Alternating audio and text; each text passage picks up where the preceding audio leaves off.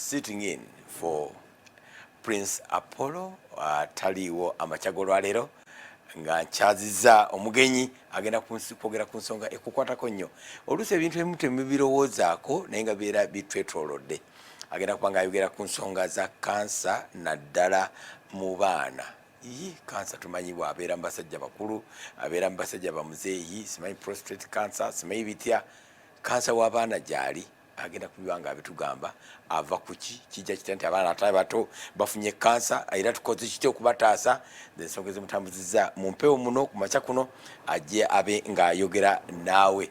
Amanya ge ye Moses Echodu kasubire nti erinnya ndituusizza ava saidi ze Katakwi. Soko babuuze omulwi waffe ikatunga kwenye TSBA yogesi kera teker akotenga ingitu nesi abonere na sande akerite anwedwe lwedu mutose kansa ipwedwe luo teso lwedu mnete kansa ilelebo Cancer Institute konya kotenga limo NSB epere kansa ngole ay mukyauno konye ekotono sisirigini pwedwe lumamedu mnete transport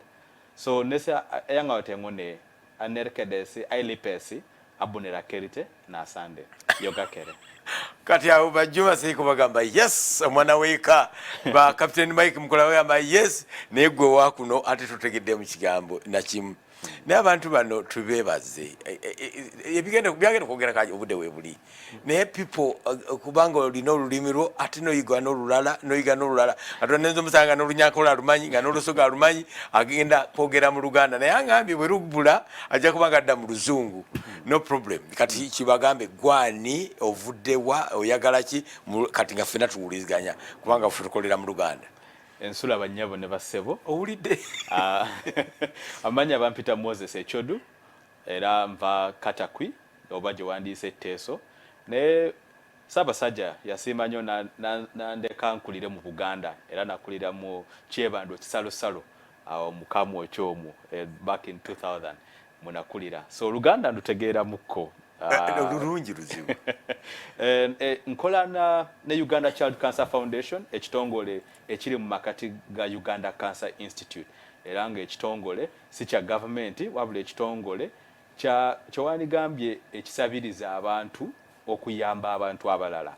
So ensonga endeese wano y'ensonga y'abaana abafuna kookolo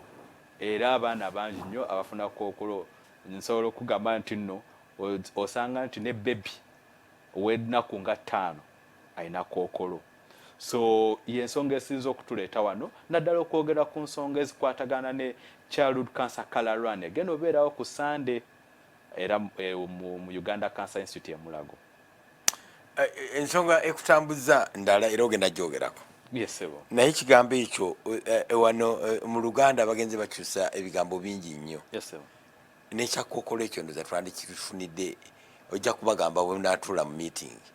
nti kookolo kitiisa nnyo. So olaba tetukyayita bantu bakigala ekyo bakivumirira ne bakyusa tetukyayita bantu balema tufuna erinnya ne kookolo ndowooza bwe munaddayo mu obagambe abamanyi Oluganda bulungi anti kati awo ffe tuba tusaba gundi ekikiko kya Buganda Kingdom batuwe tuyita ekibiina ky'olulimi Oluganda mutunoonyeza ekigambo ekitatiisa nnyo kookolo kubanga kookolo kyabanga ng'alinga reject yalwadde kookolo agenda kufa actually bwe bagamba nga twazanyanga emizannyo nga olugamba gundi yafunye kookolo ng'atya oba toyogera nange ogambye nti oli cancer survivor. Yes sebo. Kyotegeeza nti wafuna kansa ng'oli muto. Nafuna kansa nga nina emyaka 8 era eyo mu 1998 ennaku ezo nga treatment advancement tenatuuka gyeri kati naye nga banzijanjabira wano mu Uganda era omwo mu Uganda Cancer Institute mu banzijanjabira n'owonna n'empona era kati maze emyaka 24 nga siina kansa kati nzuuno era nkola kuyamba abaana abalala abalina kansa kuba njagala abaana abalala babeere nga nze basobole okubuulira enjiri nti no kansa awona nga nze. Ensonga ekulese ojja kugyogera naye nze mba njagala nnyo abakujjanjaba muyinza oba mwalimu brother wange oba walimu Dr. Joseph Kigula Mugambe ndoza yalimu kubeera yali akulira kansa ward ennaku ezo yali cancer ward era byali bizimbe bibiri then ekyali emabega eyo yali store nga mwe bateeka file mwe bateeka biopsy omanyi buno obunyambwe basalamu nga tebanabutwala kukola ki kuzuula ki exactly era nga ennaku ezo abaana fena batuteeka mu ward yemu naye nga curtains ezitwawula nti wano basajja wali bakyala wano baana naye nga fena tuli muki mu ward yemu kansa nankwata kansa ava kuki mu baana abato so njogedde n'abasawo bangi naye abasawo bagambye nti no mu research nagwe bakoze tebanazuula ki kyennyini ekireeta kansa muki mu baana wawe ezimu ze bagamba ziyinza okubaamu obukwatekwate n'ekintu katugambe nga abaana bafuna malaria omungi kati ne bamala ne bafuna virus gye bayita Epstein-Barr virus kati olwo ne bafuna Burkitt's lymphoma kati Burkitt's lymphoma ye cancer ali very common mu baana be abaana bosanga oluba luswelinze we bati naye ate abantu kye balina okumanya nti si buli kizimba oluzimbye abeera cancer oluusi kiba kintu kirala ekyetaaga just ki surgery oba ddagala naye Burkitt's lymphoma ate nze gwe nafuna Burkitt's lymphoma ate awona nnyo mu baana ali very common naye ate awona nnyo so osanga nti nno fe badokita kye bagambye nti nekireeta kansa mu baana bakiyita bad luck nti omwana omuzadde ali mu kkula cells ziri mu kkula kuba omanye cells z'abaana zikula nga ki zitambula nga mpewo zo buli kaseera zibeera zikula kuba omwana alina okuwanvu omwana alina okukola ki bad luck neemukwata cells ezimu ne zikula abnormally ne zifuuka cancerous bad luck okimanyi nti mu luteso wakyogedde naye mu Luganda tonnatugamba ekiki ekikolesa wano leero ekindeesere wano leero kubaganyiza abantu ku kutwegattako ku Sande okudduka tu collecting essente okuyamba family ezina abaana abalina ki cancer era sigenda kuddamu kwogera kigambo kookolo kuba wakiŋŋaanye so tusanga nti nno abaana bangi bafuna cancer naye ate abasinga bava wala n'abava kumpi basanga obuzibu bwa transport ejjo omukyala yazze naŋŋamba nva wano kumpi Luweero naye sina mitwalo 2 ginzizayo ewaka nakomawo ku Mande ne mugamba kwata ssente mitwalo 2 giijo ddayo ewaka ku Mande tukubire essimu oba okomawo tukuweerese ssente okomewo ofuna obujjanjabi so osanga nti nno transport ye namba emu lwaki family zirekeraawo okugenda okufuna obujjanjabi so nga ate Cancer Institute ye kugamba nti obujjanjabi bukola ki gye buli naye ate n'osanga nti no omuntu alaba transport ng'ekintu ekimulemesa okukola ki okufuna obujjanjabi kuba oli akugamba nti nvudde eggulu okuva eggulu paka Kampala bagenda kunsaba emitwalo egyo ena kati alina okuddayo ate omwadde appointment ate waabazze alina n'okukola ki n'okulya oba okitegera kyenkugamba kati ebyo byonna bw'obigatta wamu osanga nti no transport y'ensonga enkulu lwaki family ziabandoninga transport so y'ensonga esinza okutuleeta ku Sande twagala kudduka musolovinga ekizibu muyambeko temugenda kisolovinga tuyambeko nzikiriza kubanga nkugambye brother wange yali mu cancer baali bamucelebratinga emyaka 3 mu bufumbo mukyala we yakola speech buli muntu n'akaaba ng'agamba nti nga bw'oyogedde nti babeera n'abalwadde baabwe nga kyebaagala kibakola okubayamba bakirina naye nga transport yabalemesa ng'akwata mu kooti ye n'agamba transport wuuyo kyobulaba nti abantu oluusi babeera bita this is not being political bwebalaba mu government offices nga sente ziyiikayiika zonoonese nga bano beetaaga kantu katono nnyo obulamu bw'abannayuganda abo abalina ekizibu ekyo okuwona atugambye n'ekirala nti kansa okukwata abaana bato hard luck mukisabubi ate si baffe baba noboka no America gwenkola na yeri kansanga Gospelite Baptist Church muwalawe these Americans muwalawe bamuzula cancer wa magumba but younger girl 22 years ne bamukebera bagandi bayinza n'okugula okusalako ye kenyini yatambula bafuna nyo skin cancer otegedde therefore cancer tetogamba nti okuba ndi mwavu cancer ayinza okukwata omuntu yenna kati balina run ku lunaku olwa Sunday byonna tugenda kuba kuyogerako ebizibu ebireeta cancer na run eno lwaki yeetagisa okugyetabamu mwagala mukikolebwe kitya. How does someone participate? Atasobola kudduka atagenda kukola atya? So tukimanyi tuno si buli omuntu asobola okudduka, abamu tebaagala just kudduka oba abamu obudde tebakola ki tebabulina. Abamu bayinza okuba nga balina ebigendo batambuza ewala naye yandiyagadde okuyamba koze eno gye tuliko. So woba oyagadde oba osobodde ng'osobola okujja okudduka, osobola okujja n'ogula kit ya mitwalo 3 nga gwe omuntu omukulu. Ba student oba abaana twabatereddeko emitwalo 2.5. So osobola okuba ku namba 0780 no eri 0783 033 633 naye otooli ajja kugamba nti no nze just njagala kuwaayo ki sente. Osobola osindika sente ku MTN merchant code gye tulina eya 622 765 era yo ye momo yaffe njiddamu 622 765 eleeta amanya Uganda Child Cancer Foundation gega amanya geleeta. So osobola okuyambayo batyo abantu temubagambye leete bamuddeyo nga mukibagamba.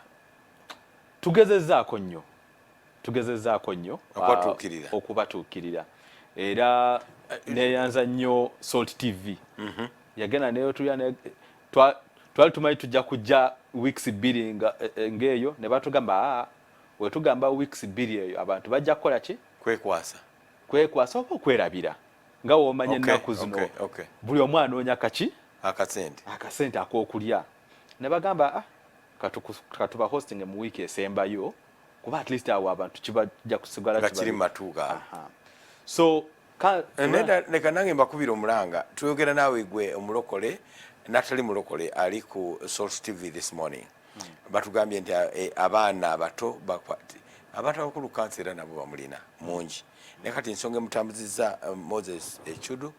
kwogera ku kansa mu baana abato n'engeri abaana bano gye bayambibwamu agamba balina ebizibu bingi but this time they are focusing ku transport abatwala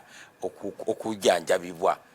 Essimu agikuwadde kuweereza ssente 0783033633 nakuwa neya merchant code yaabwe eya MTN Momo eri 622 ereeta linnya lyani Uganda Child Cancer Foundation. Tereeta linnya lya muntu towereza muntu sente wabula weereza kitongole Cancer Foundation. Okay, this is very good. Abaana bano ogambye cancer tubulidde type emu. Cancer busikirwa oba tebusikirwa? So oyogedde nti no mbabulidde cancer mu abaana bafuna cancer nyingi. Era cancer ziri very common mu baana ziri nga 5.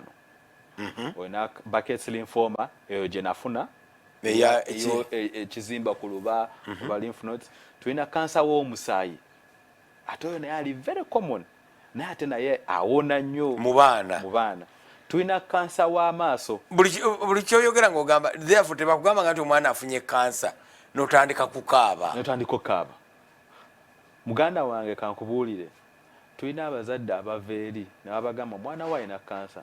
n'akubirawo endoolo namugamba omwana tugenda mukola ki kumujjanjaba n'agamba omwana kati afudde. Abamu abakyala baze n'omwami agamba okay keera enkya ku makya ng'omwami abuze oba kuba amanamba takyagakwata. abamu abasajja nabo tubalabye aze n'omukyala omukyala adduse nti ewaffe tetuzaala ki bakansa naate ne weerabira nti no kansa si kaasi oba katugambe si si nti wawo witchcraft akikusuddeko just omubiri si ddogo just omwana mu cells mu mwana zezitandise okukula obubi ne zifuuka cancerous. Ate abasawo batukakasa bayinza okkiwonya naye omusawo kyakubuuza kiri ekintu eki nti lwoba olina okufuna obujjanjabi jangu bwe bakugamba mande nga 12 mbeerawo nga mande ki 12 ate tojja luvannyuma lwa weeks 2 kuba abasawo bakugamba nti no ne kansa naye ali aggressive nti woogiwa mu kawindo ate akomawo n'amaanyi so bakugamba nti no jangu nga 12 wakati awo 13 14 bakujjanjabe bakugambe ddayo ewaka komawo oluvannyuma lwa weeks 2 ogende wawo kansa ezimu bakujjanjaba naye kugamba komawo oluvannyuma lw'omwezi. So kansa mu baana osanga nti no abaana bafuna ne kansa wa muscles nti muscles ne zifuna ki kansa nga we nkugambe kansa w'amaaso izo zonna tugamba okomya ku kansa wa kubiri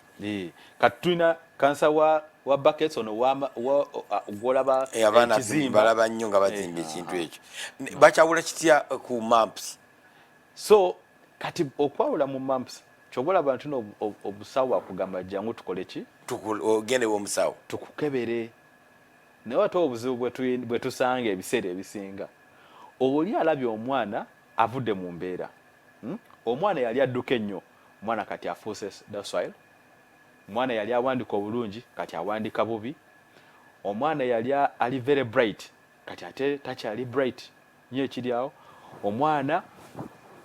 ye buli kaseera yali ali jumpy wanowe bati naye kati omwana afuuse very docile. Kyobulaba ebiseera ebisinga n'abasawo abalala batakola mu kansa bagamba abazaana tino omwana tofa nnyo ku just musasulira school fees na kumuliisa mukette mwegendereze empisa ze omumanye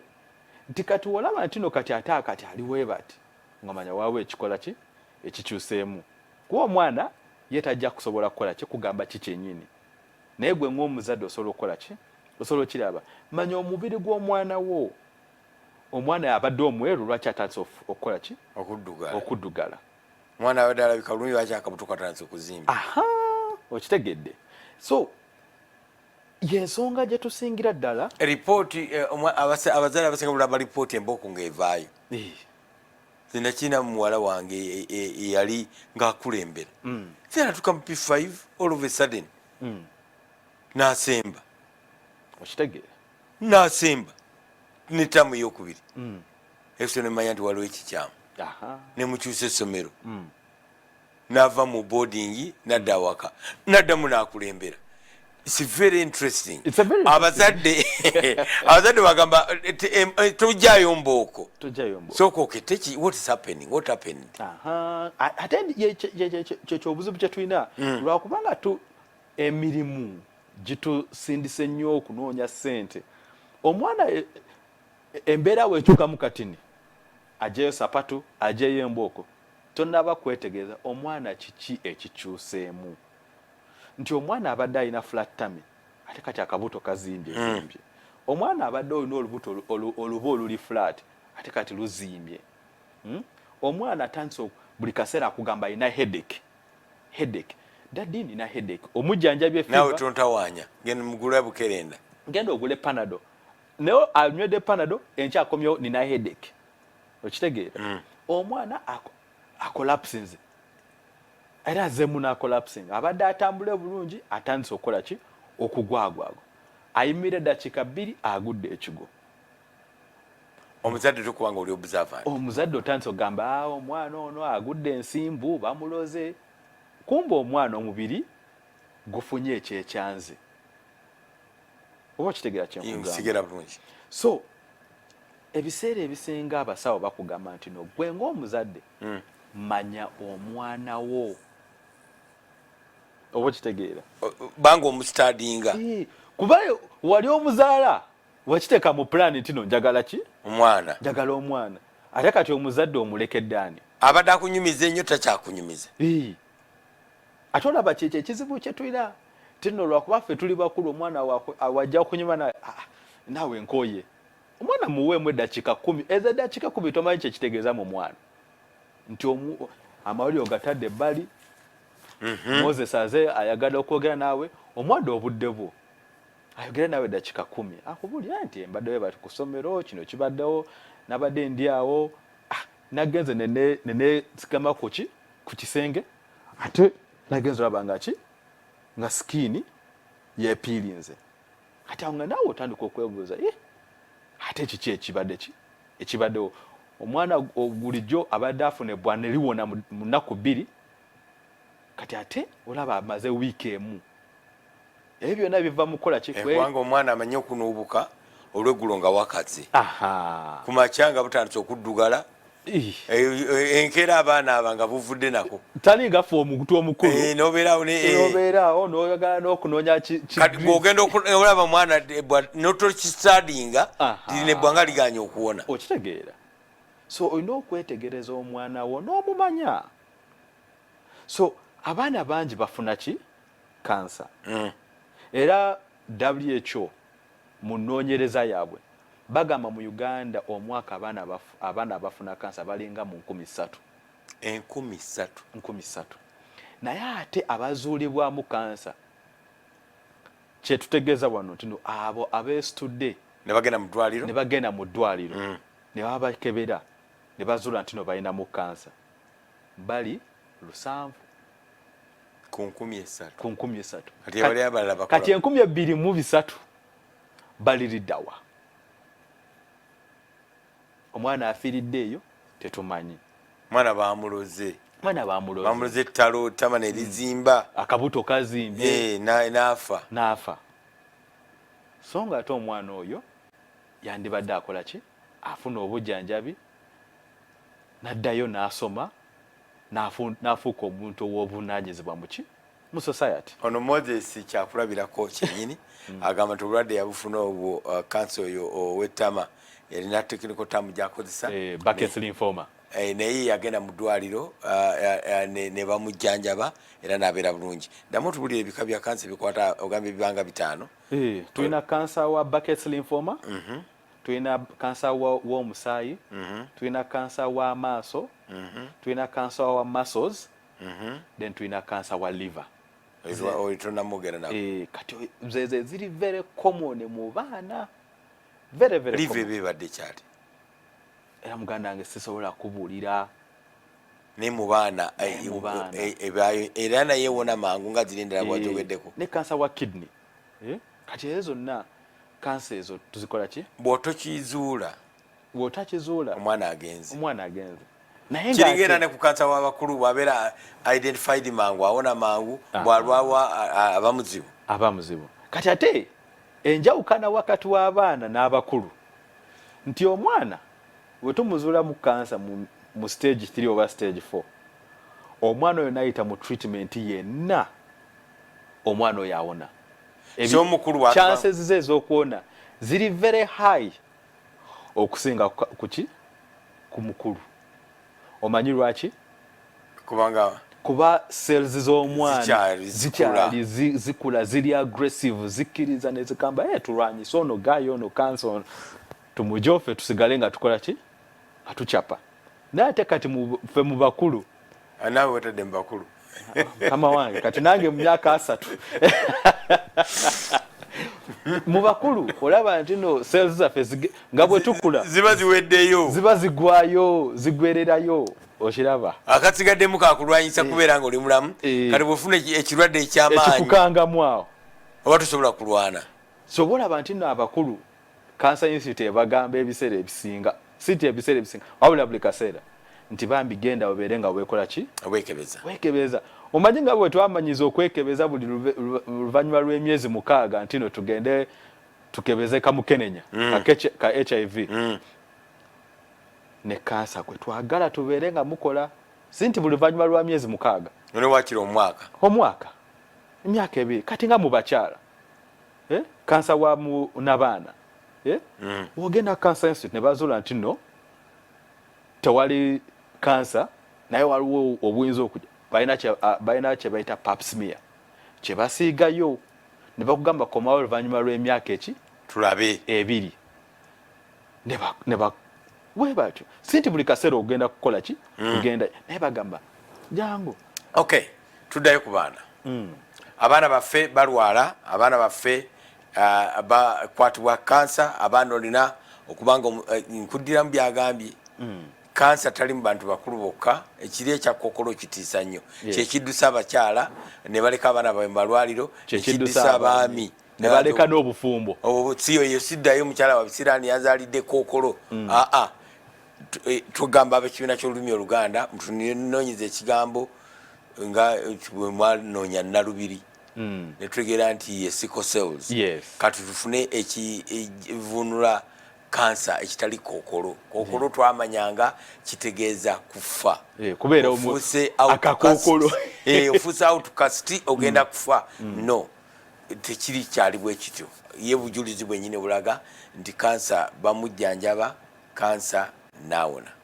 ekintu kino kyatandika ddi eno rani yakumeka eno rani yakubiri rani yatandika last year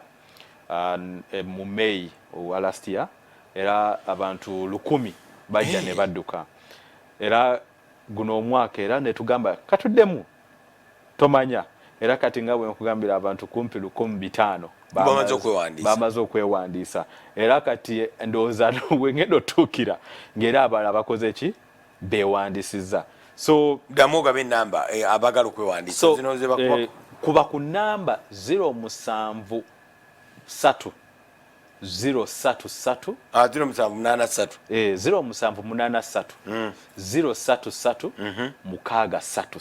era ne bwoba ne mobile money kwoweereza toweereza okwo kati wookuba wali bajja kulagirirawo okusindika ki sente n'ogenda ku momope n'osindika ku 622765 kuba eri wokuba kweyo enamba bakugamba sasula wano wosasula bakugamba bakubuuza oyagala size ki eya kiti nti ze ndi small ze ndi medium ze ndi large ze ndi triple XL be baffe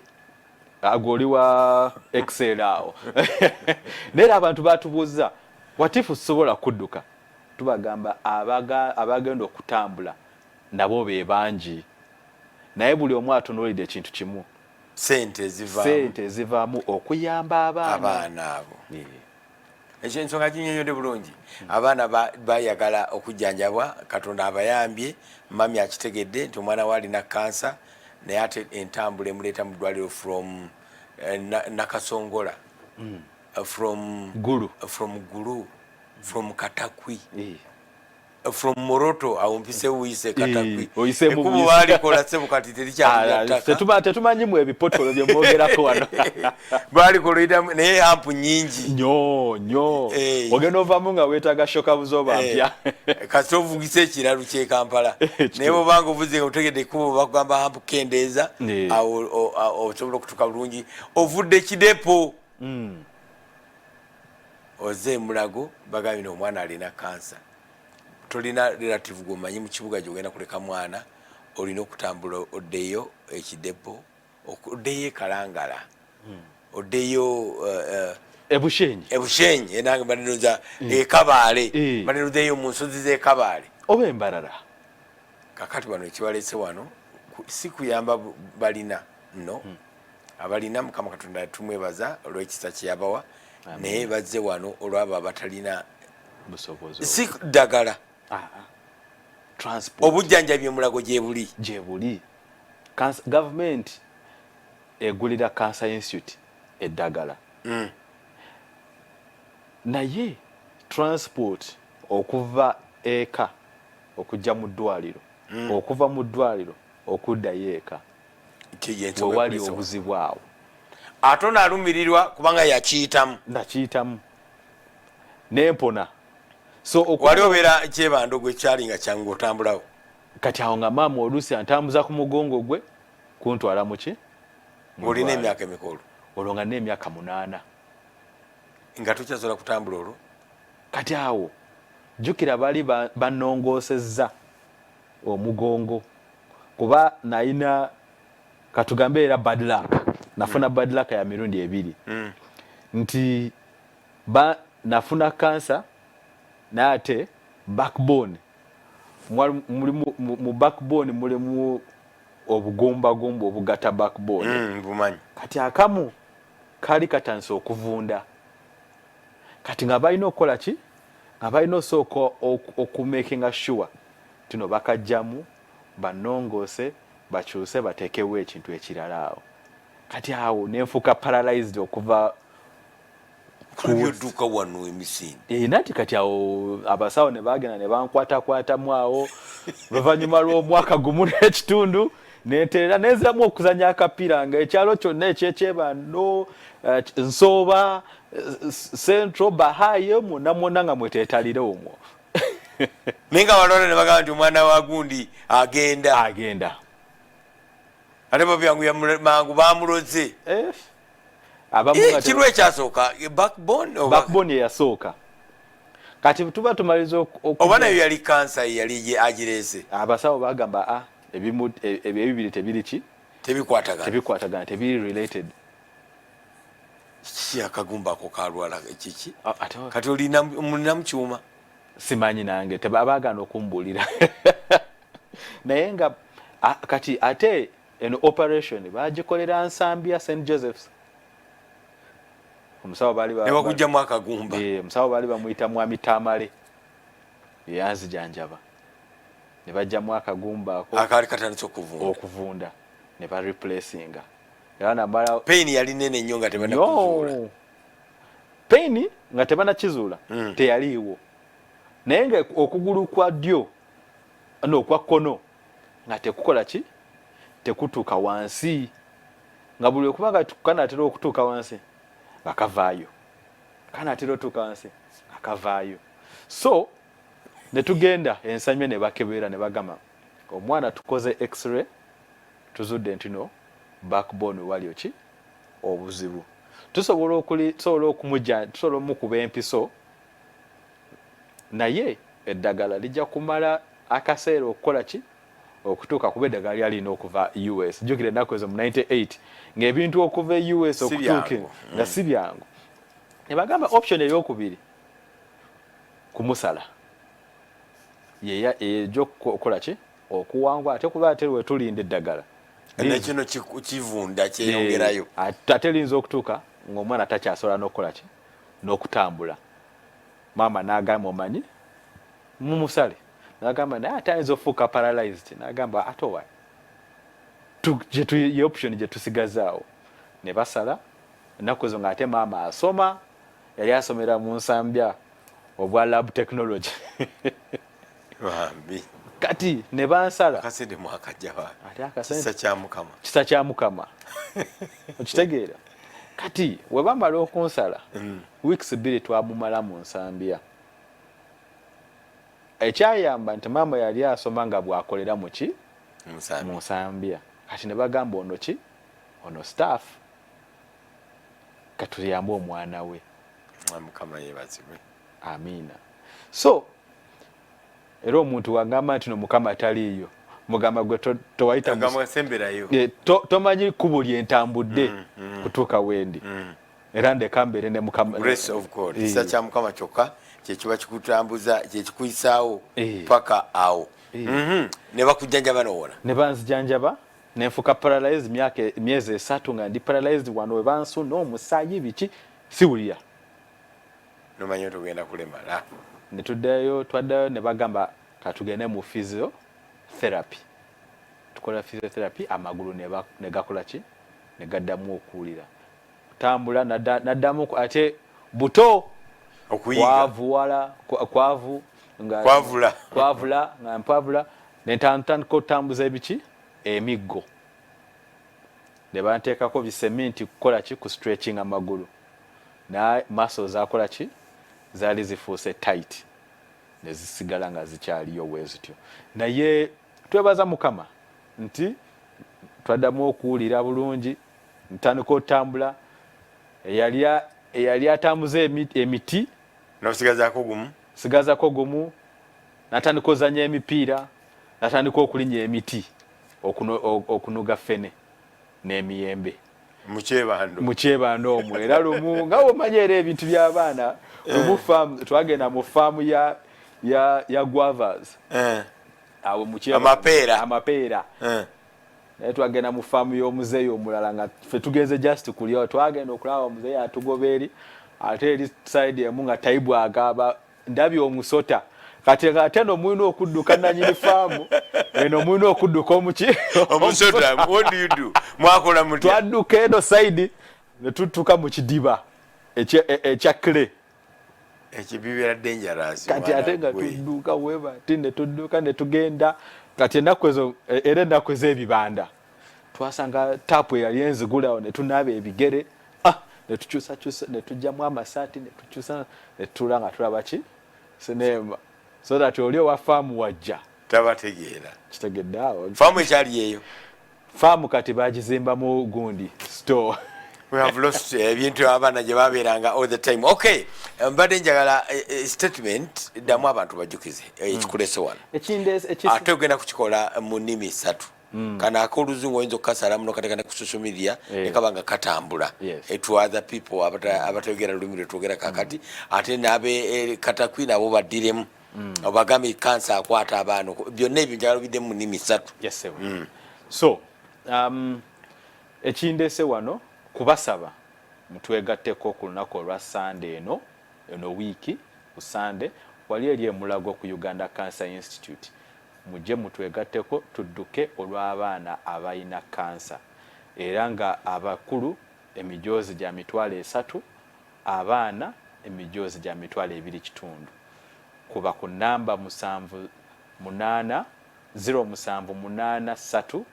033 633 era tugamba tino mujje tudduke abaana abayina kansa bafune transport okulaba nti nno bafuna obujjanjabi obulyawo mu Uganda Cancer Institute. Mulwe waffe atekerekere ibora yanga otengone ailipesi abunere akerit anwidwe nwe yatarenyo kansa tereso edumuni isiriginwe jakinidwe transport abunene no soroti kumi katakwi serere atekerekere bukedia abunere Cancer Institute anu adumun amukian inome simu 0783033633 nese simu lipedorio ainom anu adumuni ekit erai ilukumina kaisauni anuona tungalu apoloko ilukumini akaisare no ekanyi anu edwe nesipedori agwena ni dwe erai dwe primary secondary kedalwe university da nesera sinyo edwe muluzungu naye oleseyo endeseyo mu Luganda njakudda kyengamba ngobadogera ne atekerekere tulegeragana tubagamira eriyo kansa mu baana owa kino tetunoonya ddagala naye abaana bubaleeta njagala bategeere nti kansa gyali atekera alimwene sebe ibora yanga otengone alimwene sebe yataridwe kansa ipuidwe lwe dumunete kansa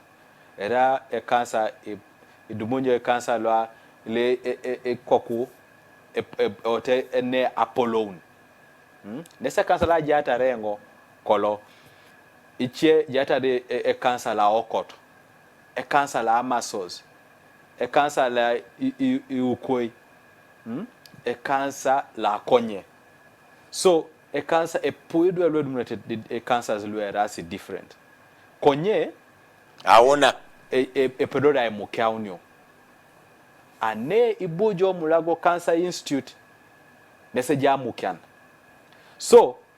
konye ibora yanga tukapana ationis nesebe mamu idwe luipu ejata transport abunerore tonade kiss so nese jata so cancer kalaran na Sunday teridwengulu edumunete transport lebuni anyono serere anyono kumi anyono bukedia anyono moroto anyono nakapiripiriti neni kere amuria esikere tere idwengule pedota bunerade kisi adomuninyo amukian. Thank you. Muluzungu. Our people of Uganda, the entire population of Uganda, first of all, I want to say thank you so much to Salt TV for hosting myself, who is the chairperson of the Childhood Cancer Color Run for 2024. And myself being a childhood cancer survivor, I want to emphasize that there is cancer among children. Children from the ages of 0 months to the ages of 18 get cancer. Why do I say 18? Because according to the constitution that I remember back then, the children stop at the age of 18, because that is where someone like him has to make a decision for an 18-year-old and say, you can get treatment, you cannot get treatment. You can go here, you cannot go here. So those are children. And I want to remind you that children get cancer of different types.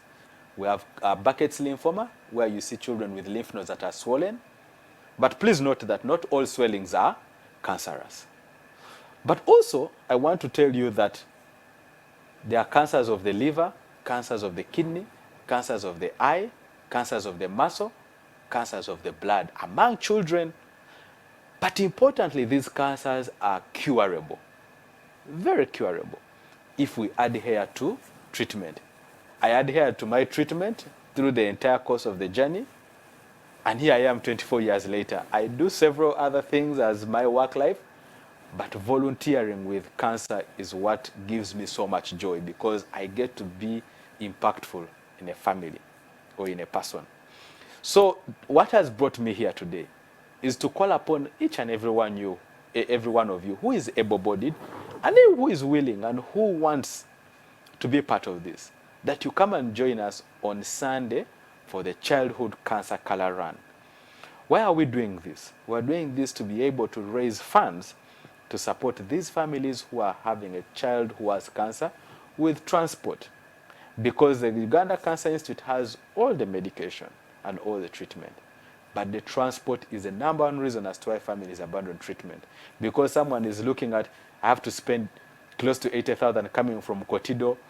coming from Kidepo, like I said, coming from Bushenyi, coming from Katakwi, coming from everywhere. That is decent. Someone even as close as Machindi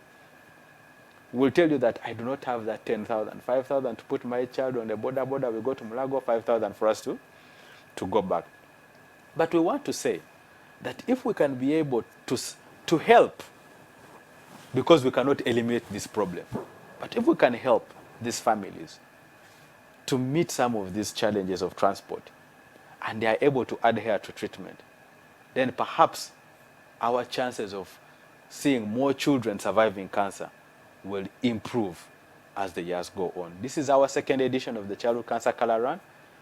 and we are telling you that it's going to be fun on Sunday. It's going to be absolute fun. So call the number 0783 033 633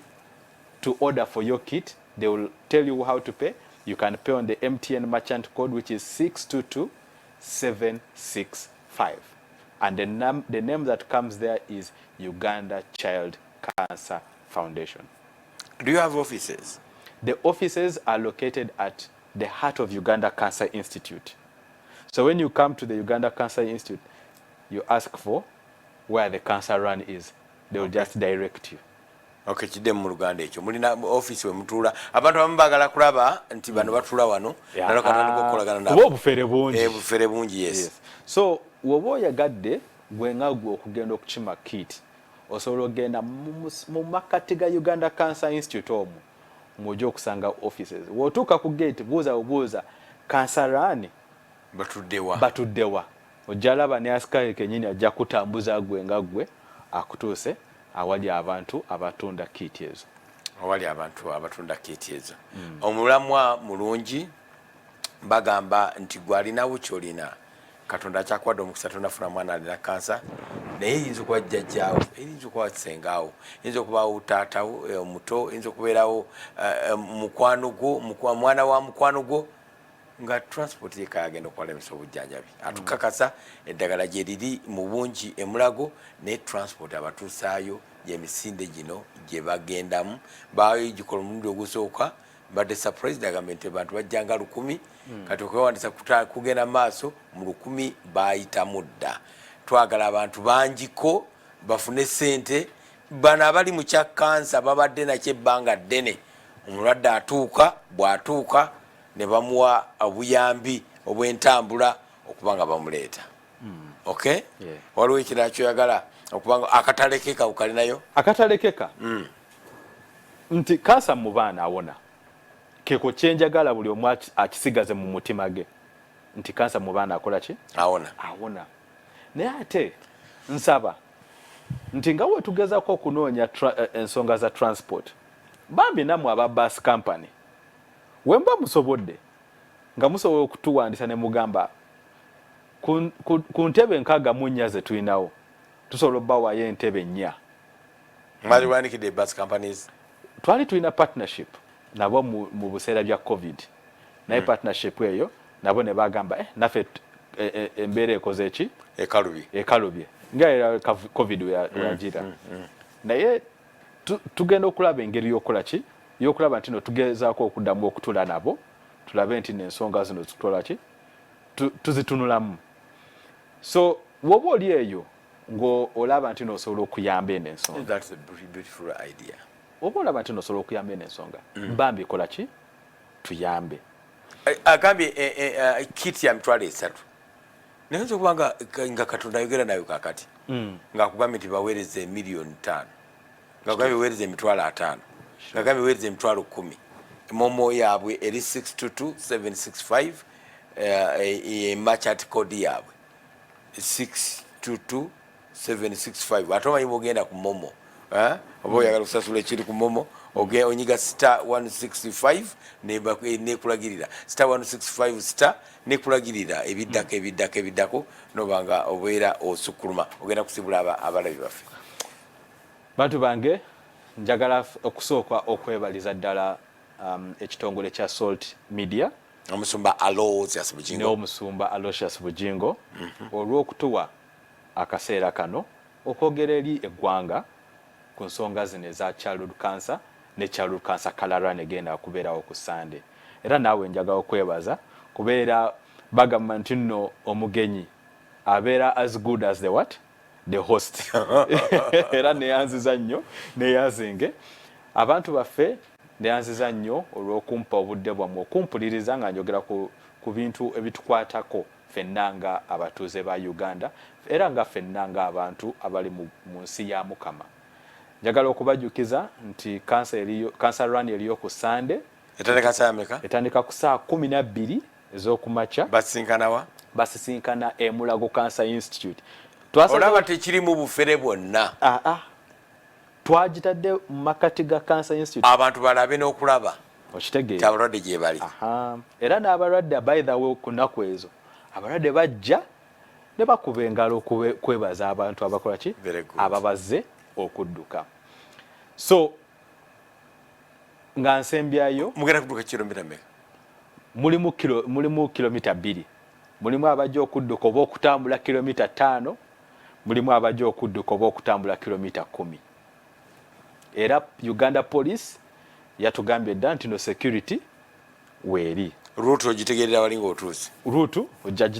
ojategerera wali ng'otuuse. Ate si byampaka. Si byampaka. Bw'otambula paka ku gate n'owuliranga nti ng'olya ng'okooye ng'oddayo. Era bambi n'ekirala screening services zijja kubeerayo naddala mmwe eri abantu abakulu. Screening services ya cervical cancer oba cancer mu nabaana, screening services za breast cancer ne screening services za prostate cancer z'abaami. Omukyala yakuwekanga ng'ogenda mu ddwaliro akyaliyo? Mulimu abasawo. Mami wange gyali ali eyo Katakwi alina essomero lyageza kwajuwaka ku TV kwali mugambe nkutumidde nnyo mami toto kwenye TBA ayogan iko kweno buju oworia nesen Apollo era kwani esomaye iborokere lu iyanga nete jo I smiling yoganoi musibula mutya yoganoi okay mulabi wa Soul TV omaze okusibula bonna mbasibudde tubalinze kunako lwa Sunday mu Uganda Cancer Run bagitse batya title dali ntuve gambe etya Uganda Childhood Cancer Run Childhood Cancer Run olunaku lwa Sunday tugende tudduke nga tuyamba bannaffe abalina obuzibu buno yoganoi